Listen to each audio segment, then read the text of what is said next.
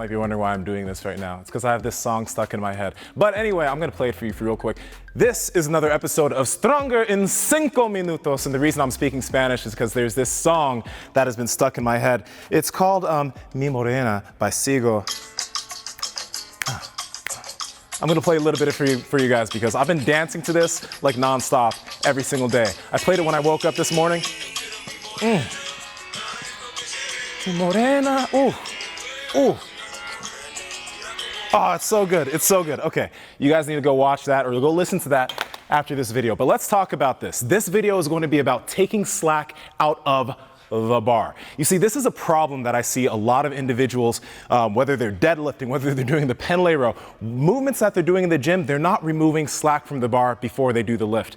Have we started the timer? Because it should have started. Let's just start it now.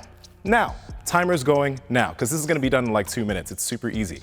But when you're not taking slack out of the bar, you suffer actually injuring yourself, but you actually have more risk of actually failing the lift. Let me explain the concept of slack with John Cena Jr. Kenny, come over here. Call him John Cena Jr. because this dude's, his freaking joints are thick. What's going on, He's people? handsome. It's crazy. Kenny, can you hold the shirt in a way, a slackless system, right?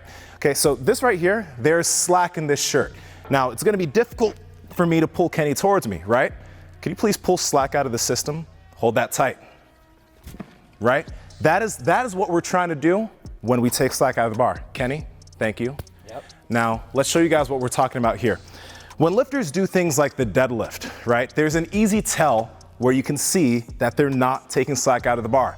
You actually hear the bar. So, let's do a conventional deadlift right here, okay? Get yourself set up, get your hips down, and listen to the bar. Or, you're doing a sumo deadlift, you'll see a lot of lifters do this, right? Slack hasn't been pulled out of the bar, slack hasn't been taken out of the system, okay? A simple way of pulling slack out of the bar when doing the deadlift, the pendlay row, whatever it is you get yourself set up, you grab the bar, and you don't necessarily want to pull the bar with your hands, but I like to pull my torso up and bring my hips back a little bit. Now listen to the bar, okay? Now I'm getting myself into position. Right now, slack is taken out of the bar. I'm in a very tight position. You can see the bar starts to float. Boom, I'm right there.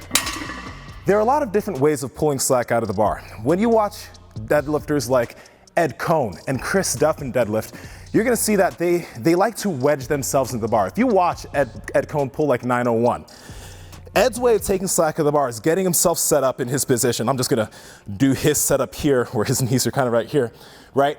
He pulls slack, but then he slowly gets himself wedged in. You see how the bar starts to float?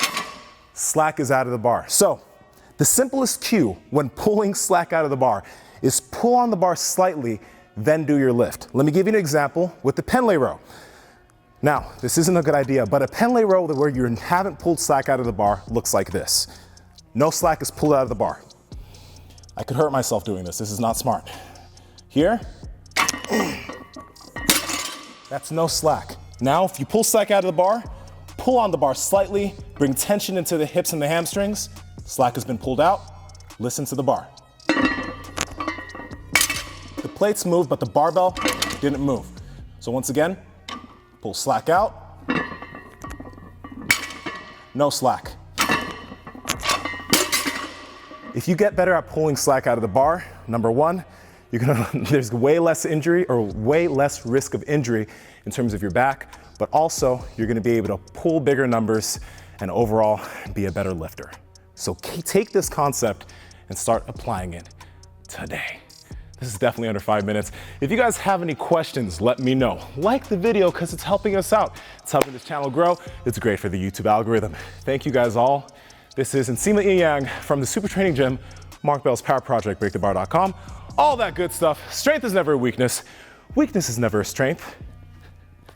Catch y'all later.